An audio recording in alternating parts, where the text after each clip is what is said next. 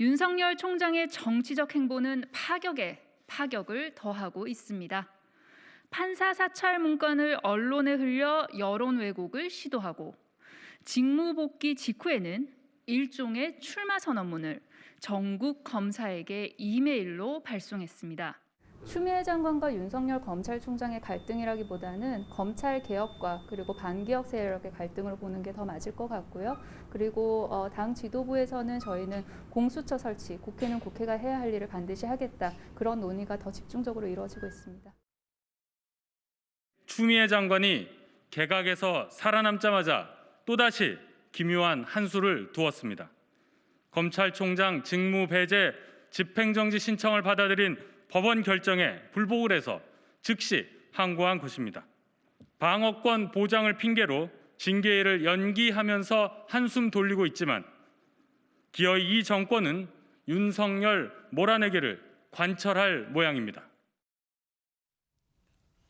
네, 정치 현안 살펴보도록 하겠습니다. 차재원 교수, 김재원 전 의원 자리에 함께했습니다. 안녕하십니까? 안녕하세요. 네, 김 의원님, 추미애 장관, 윤석열 총장, 그야말로 이제 강대경 대결이 이어지고 있는데 추 장관은 항고로 또 윤 총장은 헌법 소원으로 이른바 법적 조치를 할 수 있는 것은 총동원하는 그런 모양새입니다. 어쨌든 10일 윤 총장에 대한 징계위원회가 예정이 돼 있는데 그게 하나의 분수령이 되겠죠? 그렇습니다. 지금 사실 대통령이 임명한 공직자, 특히 이제 법질서 최후 수호자라고 할 수 있는 법무장관과 검찰총장이 이 서로 소송을 하고 있는 이 기막힌 현실에 국민들은 참 당혹스러울 텐데요. 지금 그 헌법소원이나 헌법소원이 뭐 곧바로 결론이 날 리는 없는 것이고요. 네. 다만 즉시 항고는 아마 그 전에라도 결론이 날 거라고 생각이 됩니다. 그러나 정작 중요한 것은 이제 10일 지금 예정되어 있는 윤석열 총장에 대한 징계위원회 결정이 이제 어떻게 되느냐. 네. 뭐 제가 보기에는 대통령까지 나서서 이제 적법 절차 준수를 말씀하셨지 않습니까? 네네. 그것은 뭐 법을 잘 지켜서 윤석열 총장을 잘 돌봐주라 이런 취지라기보다는 그 전에 행정재판에서 이제 졌지 않습니까? 쉽게 말해서 집행정지 신청이 받아들여진 주요 원인 중에 하나가 네. 공정한 절차를 준수하지 않았다. 이것이 굉장히 큰 패소의 원인이었거든요. 그래서 대통령 입장에서는 이제 또 서둘러서 곧바로 저 징계위원회를 열어서 하자 있는 결정을 하게 되면 재판에 또 지니까 네네. 뭐 변호인 선임 절차라든가 또는 그 윤석열 총장 측에 여러 가지 절차적인 조치를 다 해줘서 재판에 질 빌미를 주지 마라 이런 내용이거든요. 네. 그 정도라면 제가 보기에 뭐 무조건 해임 처분 내지는 최소한 뭐 정직 처분을 해서 사실상 윤석열 총장을 쫓아내는 그런 결과를 만들 네네. 텐데요. 그러고 나면 그 다음에 또 이제 법적인 조치로 갈 텐데 일단은 뭐 10일 날 징계위원회 결정이 있어야 그 다음 네네. 단계로 가겠죠. 상황이 이렇게 되면요. 네. 사실 정치적 해법을 통한 해결이 참 어렵게 됐다 이런 그렇죠. 생각이 듭니다. 한편에서는 뭐 두 사람 동시 퇴진 아니면 순차적인 퇴진 네. 얘기가 나왔습니다만 지금 모든 법적 수단을 다 강구하고 있는 상황 아닙니까? 네. 정책 해법 모색이 쉽지 않죠. 뭐 그렇게 보입니다만 저는 조금 더 정치적 상상력의 공간은 좀 열려 있는 것이 아닐까 하는 생각이 듭니다. 뭐 네. 대통령께서 그러니까 법무부 장관에게 절차적 정당성을 이야기를 한 부분 자체는 뭐 지금 앞서 말씀하신 대로 행정법원에서의 그런 또 이 좀 불리한 결정들 그리고 또 감찰위에서도 절차적 부당성이 있다는 부분들 네. 그런 걸 염두에 둔 측면도 분명히 있지만 청와대 메시지 중에서 절차적 공정성과 아울러 우리가 좀 주목해야 될 부분 결과를 내단하지 말라는 이야기가 있거든요. 네. 그러니까 지금 추미애 장관은 뭐 지금 즉시 항고를 통해서 상당히 이제 그러니까 자신의 정치적 그러니까 윤석열 총장에 대한 징계 의지를 강하게 드러내고 있지만 추미애 장관의 의지가 대통령의 의지와 같다고 이렇게 볼 소지는 그렇게 크지 않다는 겁니다. 그것은 네. 결국은 지금 대통령 국정 운영 스타일 자체가 상당히 원칙적으로 시스템적으로 법적으로 한다는 그런 의미를 두고 있기 때문에 제 생각에는 징계위에서도 충분히 나름대로 다른 결정이 나올 수 있다. 예를 들면 지금 그러니까 이 그 해임이나 그러니까 이 면직이 아닌 그보다 좀 더 가벼운 그러니까 견책이나 뭐 이런 식의 경징계가 나올 가능성도 있다. 그럴 경우에는 윤석열 총장 입장에서는 사실 그런 경징계를 받았을 경우에는 사실 지금 뭐 거기에 대해서 또 추가적인 법적 소송을 하기는 상당히 힘들 것이다. 그런 상황이 된다고 한다면 헌정사상 초유로 검찰총장이 일단 징계를 당하는 그런 상황이라고 한다면 윤 총장 입장에서 상당히 정치적 부담을 가질 수밖에 없을 것이다. 그런 식으로 해서 자진 사퇴 쪽으로 유도하는 방향으로 갈 가능성도 저는 조심스럽게 예측을 해봅니다. 두 분의 전망은 좀 다르네요. 김재원 전 의원 같은 경우에는 뭐 해임을 위한 하나의 수순이다 이렇게 보고 그렇지 않을 가능성이 열려 있다라는. 저는 뭐 그 가능성이 열려 있다고 진단인데 그렇다면 지금 추미애 장관의 일련의 움직임은 독자적인 판단에 훨씬 더 크다 이렇게 보시는 겁니까? 저는 뭐 사실 뭐 추미애 장관의 그러니까 지금 이게 목적은 분명히 검찰 개혁이라는 데 맞춰져 있지만 그 과정에서 여러 가지 그러니까 지금 여건에 부담되는 상황이 벌어지고 있지 않습니까? 그것이 바로 지지율로 나타나고 있는 것이고요. 그런 부분들에 대해서 어떤 식으로든 이 지금 이 정권 차원에서의 나름대로의 정치적인 여러 가지 방어책들을 지금 만들고 있는 것이 아닐까 하는 생각이 들고 그리고 특히 예단을 하지 말라는 이야기 자체는 이 대통령의 입장에서는 윤석열 총장에 대한 해임 자체가 그러니까 이 해임이라는 걸 갖다가 딱 목적을 갖고 지금 이렇게 찍어내기 식의 그런 식의 드라이브는 아니다는 부분들을 분명히 하고 있는 것이 아닐까. 그렇다고 한다면 아마 징계위의 지금 구성 멤버가 어떻게 될지 모르겠습니다만 징계에 임하는 그 징계위원들 입장에서도 상당히 이런 부분들을 염두에 두지 않을까. 그렇다고 한다면 반드시 중징계만 아닐 수도 있다는 생각이 듭니다. 가능성이 반반 열려 있다 이런 예, 진단이신데. 저는 뭐 그렇게 봅니다. 문재인 대통령 말씀하셨듯이 고민이 깊어질 수밖에 없는데 절차적 공정성을 강조를 했습니다. 관련 영상을 한번 보고 얘기를 나눠가도록 하겠습니다. 문재인 대통령은 윤석열 검찰총장에 대한 법무부 징계위원회 운영과 관련해 절차적 정당성과 공정성이 매우 중요하다고 강조했습니다. 윤 대통령은 사안의 중대성에 비추어 징계위원회는 더더욱 절차적 정당성과 공정성을 담보해야 한다고 했습니다. 윤 대통령은 신임 이용구 법무차관에게 징계위원회 위원장 직무대리를 맡기지 않도록 하는 것도 정당성과 공정성을 확보하는 방안이 될 것이라고 말했습니다. 김 전 의원님, 추미애 장관 법원 결정에 불복해서 항고장을 제출하지 않았습니까? 그렇다면 이제는 치열한 어떤 수싸움, 법리적 싸움이 본격화했다 이렇게 봐야 합니까?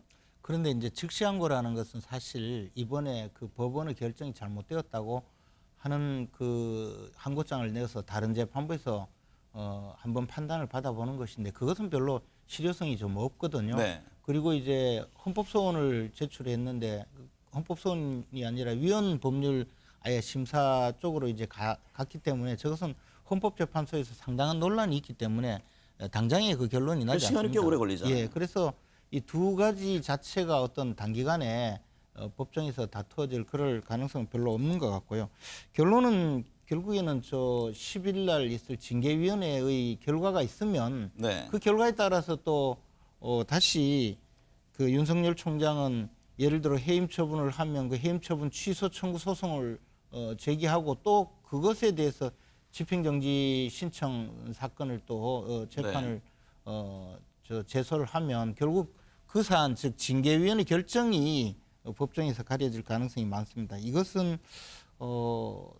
제가 또 말씀드리지만 대통령이 임명한 이 법질서 최고 수호자인 두 법무장관과 검찰총장이 법원으로 달려가서 자신들의 행위가 옳다는 것을 증명받으려 하는 정말 웃지 못할 일을 계속 벌이고 있는데 이것을 어떻게 받아들여야 될지 참 의문입니다. 그러나 이제 제가 보기에는 결국 이것은 윤석열 총장을 몰아내고 현 정권에 관련된 수사를 중단시키겠다는 그런 의지, 즉 대통령 의지에서 비롯되지 않았나라는 생각이고요. 이것은 정치적인 뭐 타협이라든가 그런 것은 앞으로도 가능하지는 않을 거라고 보고 있습니다. 차 교수님, 이런 가운데요. 월성 1호기 원전 관련해서 내부 자료 삭제 혐의를 받고 있는 공무원 2명이 구속이 됐습니다. 맞습니다. 그래서 검찰 수사가 과연 이제 윗선 어디까지 조준될 것이냐 이 부분에 대한 논란이 있고 또 여야가 이 문제를 두고 상당히 좀 충돌하고 있습니다. 그렇죠. 저는 뭐 사실 뭐 윤석열 총장 입장에서는 상당히 큰 고비를 넘긴 셈이 된다는 생각이 듭니다. 일단 원전 수사와 관련해서는 사실 지금 그러니까 지금 여권 측에서 상당히 좀 이 검찰의 의도를 갖고 가진 수사가 아니냐. 그래서 지금 문재인 정부가 추진하고 있는 탈원전 정책으로 대표되는 에너지 전환 정책에 대해서 쉽게 말하면 이제 검찰이 상당히 정치적 태클을 걸고 있다고 이렇게 보고 있는 것이거든요. 그렇기 때문에 이번 대전지검에서 청구한 영장이 상당히 구속영장이 발부됐다는 그 자체는 상당히 수사의 정당성을 나름대로 그러니까 지금 입증해 준 것이다. 그런 측면에서 본다고 한다면 아마 10일 징계에 나서는 윤석열 총장 입장에서는 상당히 든든한 원군을 만난 셈이 될 수도 있다는 생각도 듭니다. 그러나 그렇다고 해서 지금 검찰이 그러면 위선으로 지금 수사를 한다고 해서 과연 어디까지 갈 수 있을 것인가? 물론 이 지금 당시 그러니까 이 공무원들의 최고 그러니까 이 지금 이 인사권자하고 일대 지휘권자인 이 장관, 당시 백운규 전 장관까지는 갈 수 있을지 몰라도 네네. 그것이 정권의 핵심이라고는 청와대까지 갈 수 있을 것인가? 네. 그리고 특히 이 수사 자체가 말이죠. 원전 정책에 대한 이야기를 하는 게 아니지 않습니까? 그러니까 월성 1호기의 폐쇄, 그중에서도 경제성 부분이고 그 경제성을 평가하는 부분에 있어서의 이 당시 관련 공무원들이 관련된 자료를 폐기했다는 그게 한정된 사안이기 때문에 네네. 저는 이것이 결국 뭐 검찰이 수사를 한다고 하더라도 윤석열 총장한테 힘이 실린다고 하더라도 이것이 전체적으로 전체 뭐 판을 바꿀 정도의 엄청난 사안은 아니다. 그리고 네. 특히 저는 그러니까 이 지금 이 여당의 의원들이 이 지나치게 정치적인 이 의미를 부여하는 것 자체가 스스로 오히려 정치적 족쇄가 될 수도 있다. 네. 이 자체는 지금 검찰이 인지 수사를 한 것도 아니잖아요.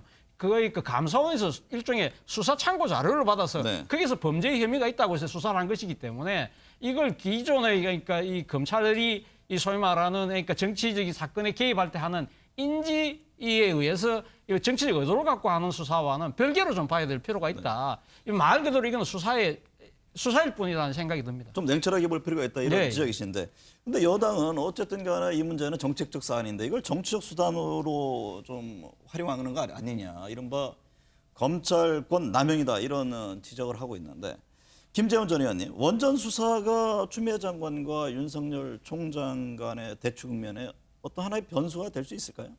원전 수사는 사실은 이제 잘 알려져 있다시피 원래는 여야 합의로 감사원 감사에 이 월성원전 중단 사태를 감사원 감사에 여야 합의로 의뢰했고, 감사원 감사 결과에 이거 워낙 불법이 많다고 해서 시작된 그런 수사거든요. 네. 그리고 이것을 사실 중단시키기 위해서 어떻게 보면 윤석열 총장을 조기에 이제 직무 정지를 시킨 것 아닌가 생각이 됩니다. 그런데 이 사건이 이제 지금 윤석열 총장이 없다고 하더라도 수사는 계속 진행되는데 다만 대검에서 중단을 시킨 것에 불과하거든요. 그리고 단순히 이 사건이 자료를 폐기한 문제가 그 쟁점이라면 지금 자료 폐기한 공무원들 좀 처벌받고 그다음에 지시한 공무원이 이제 누군지 찾아서 처벌하면 끝나겠죠. 근데 이 사건은 본류는 그것이 아니고 경제성 평가 과정에 많은 자료를 조작해서 사실상 막대한 재산적 손해를 끼쳤다는 거거든요. 그 과정을 그러면 누가 그 개입을 했느냐, 뭐 왜 과장한테 너 죽을래라는 이야기까지 했느냐, 이런 과정까지 밝혀가면 상당한 그 파괴력이 있는 수사인데, 그것은 윤석열 총장이 이 수사를 처음부터 의도한 것이 아니거든요. 이 수사는 그야말로 이제 감사원 감사 결과 또 시민단체 고발 그런 결과에서 빚어진 것이기 때문에 지금 윤석열 총장의 거취하는 그런 관계는 별로 없다고 봅니다. 네네. 이낙연 대표 측근이 검찰 수사를 받다요. 네. 숨진 채 발견이 됐습니다. 이를 두고도 정치권 충돌하고 있는데 관련 내용 듣고 얘기를 이어가겠습니다.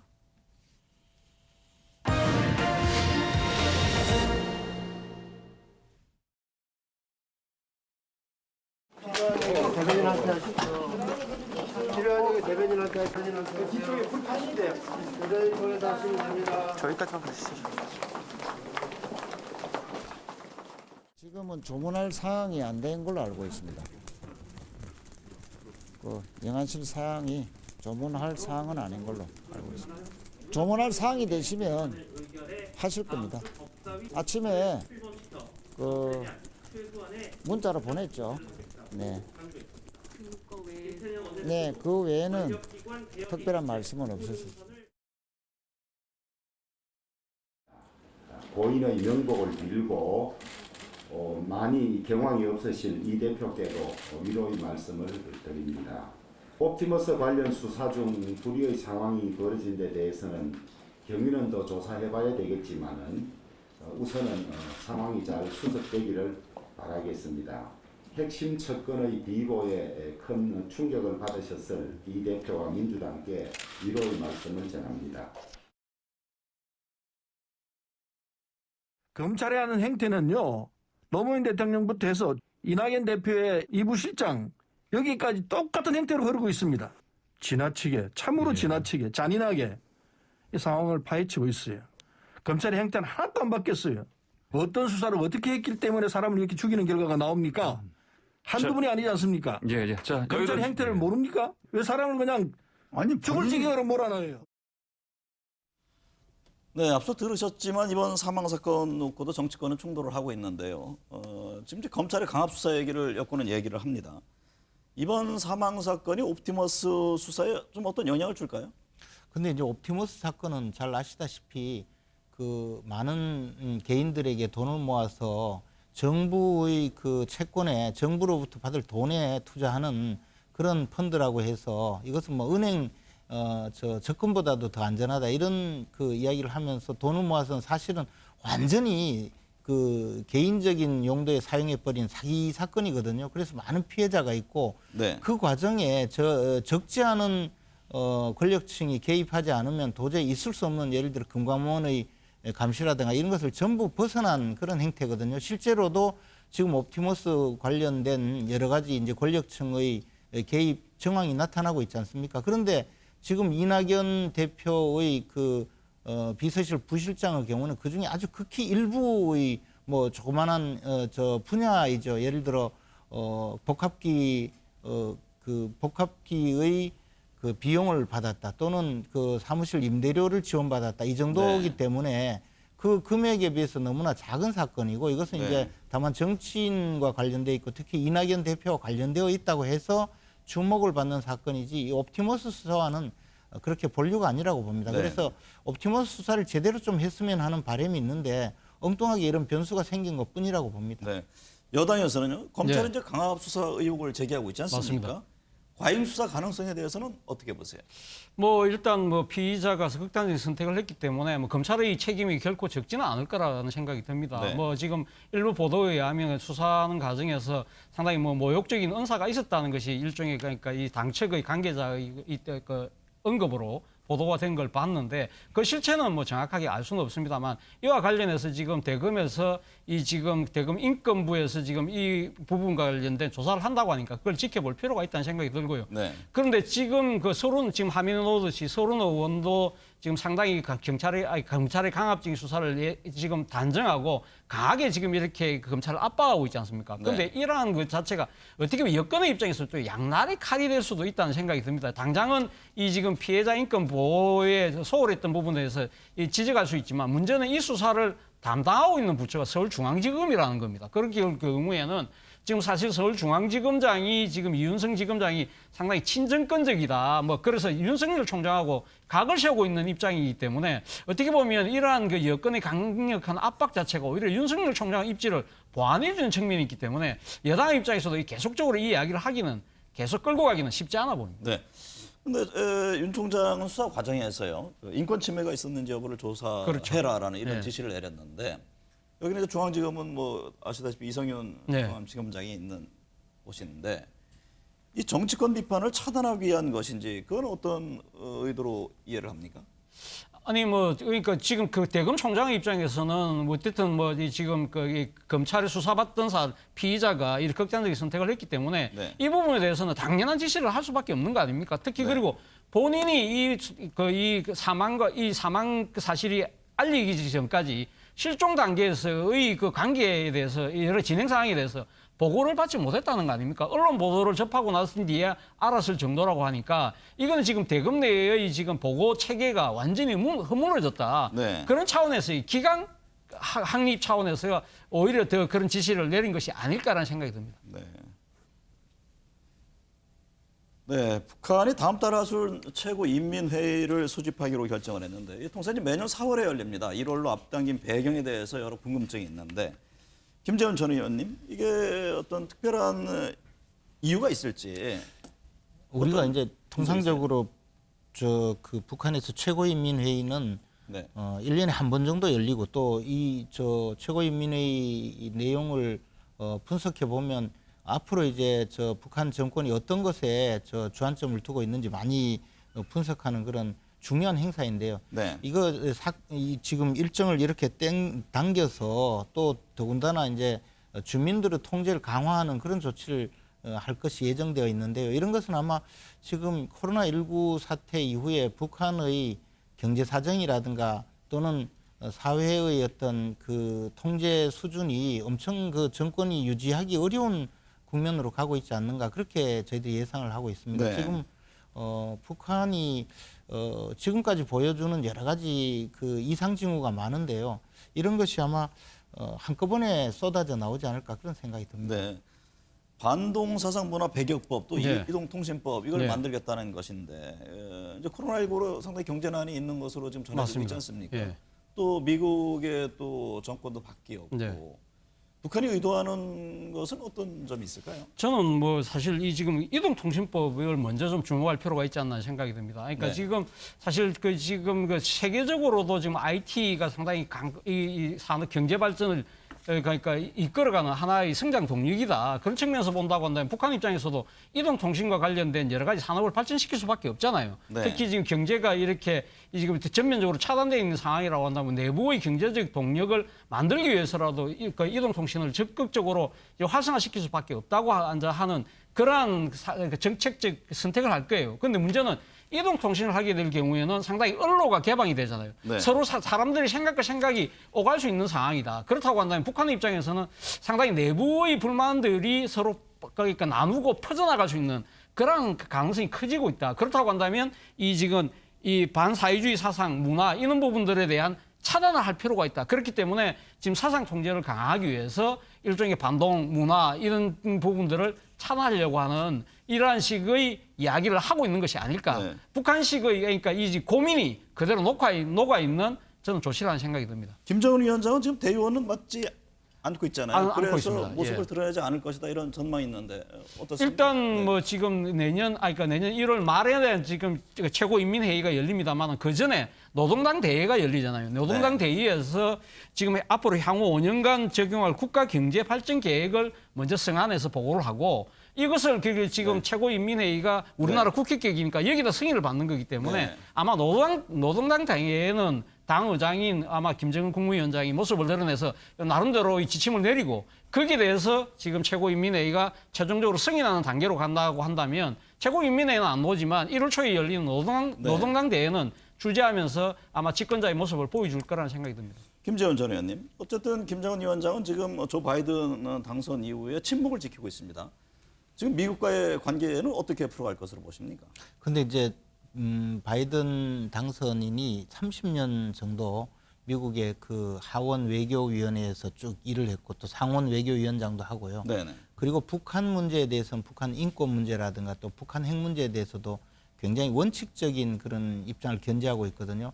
김정은 위원장 입장에서는 트럼프 대통령은 상당히 대화하기가 쉽고 뭐 돌발적인 어떤 합의를 도출하거나 네네. 자신이 좀 이렇게 쇼를 하면 트럼프 대통령 재선에 도움을 주면서 여러 가지 이익을 많이 얻을 수 있으리라고 생각을 하고 접근을 했었는데 지금 바이든 대통령 당선인 바이든 행정부와는 아마 그런 것이 불가능할 거다는 생각을 할 겁니다. 그래서 네.